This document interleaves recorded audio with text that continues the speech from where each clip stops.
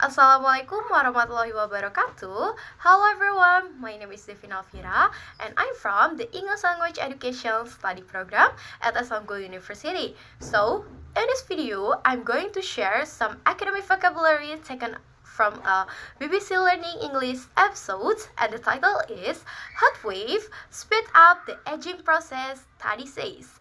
And the words for today are aging, demographic, study, exposure, and process. Let's see what they mean and how we can use them naturally in academic ways. The first one is aging. Aging. The meaning is to describe a person or thing that is getting old. And then for the example, like regular exercise can slow down the aging process.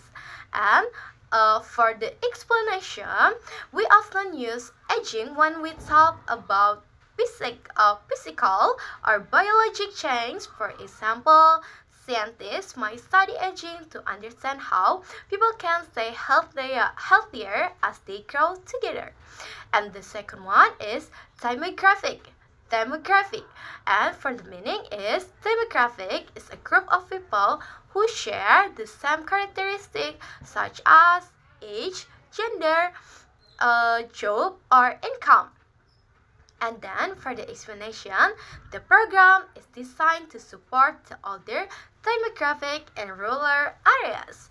And then this term is common in research, marketing, and social studies. For instance, a company might say our product is designed to the teenage demographic. And then the third one is study. Study. The meaning of study is a detail of a piece of research carried out to explore or test a particular ideas. For example, current studies show that sleep quality affects students' learning performance. And then for the explanation, a study usually involves data collection, participant, and result. So when you read a study show, it means research have carefully investigates something that drawn a conclusion. And then for the first, we have exposure. Exposure. The meaning of exposure is being in contact with or affected by something, especially something that could cause harm.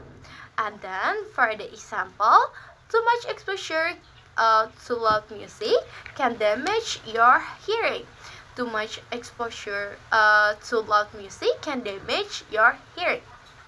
And then in scientific context, exposure is often linked to environmental factors like sunlight, pollution, or chemicals, but it can also be used more generally. For example, like exposure to different cultures can broaden your perspective.